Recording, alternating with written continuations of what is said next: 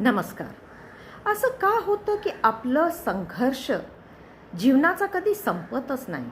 मुलांची शिक्षण, मुलीचं लग्न, आरोग्याचे पैसे, कर्ज, खेतमजुरी केली तरी काही पैसे पुरत नाही.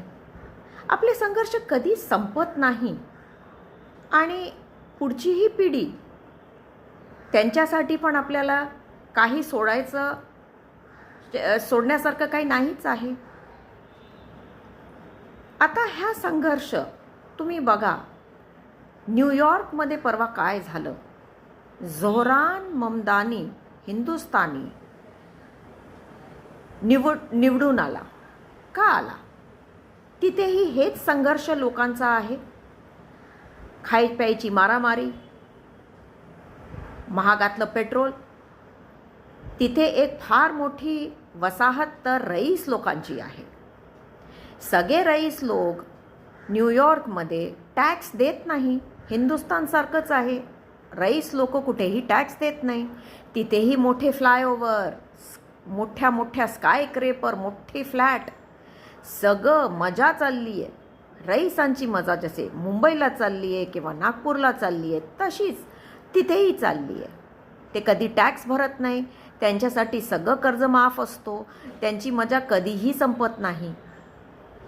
सामान्य माणसाचा फक्त एक वोट असतो, श्रीमंताचाही एक वोट असतो, पण त्याच्या वोटला पैसा पाठी चिकटलेला असतो. सामान्य माणसाच्या पाठी गरिबी चिकटलेली असते. म्हणून झोहरान ममदानींनी काय पक्ष मांडला? त्यांनी म्हटलं की मी रईस लोकांना टॅक्स लावीन आणि त्या टॅक्सच्या पैशांनी खाण्यापिण्याच्या वस्तू, बसेस आणि बरेच सुविधा फ्री करीन. रईस लोक फार चिडले आणि त्यांनी काय कॅम्पेन मांडला. हा मुसलमान आहे, तुम्हाला ख्रिश्चनपासून मुसलमान करून टाकेल. हा हिंदुस्थानहून आलाय, हा आपल्यासारखा गोरा नाही आहे. लोकांनी बघितलं की रईस लोकांना आता चीड उठते, कारण की त्यांना टॅक्स द्यायची वारी येते. ते घाबरलेत आणि आता मुसलमान, हिंदू, ख्रिश्चन हे सगळं त्यांना लक्षात येतं आहे.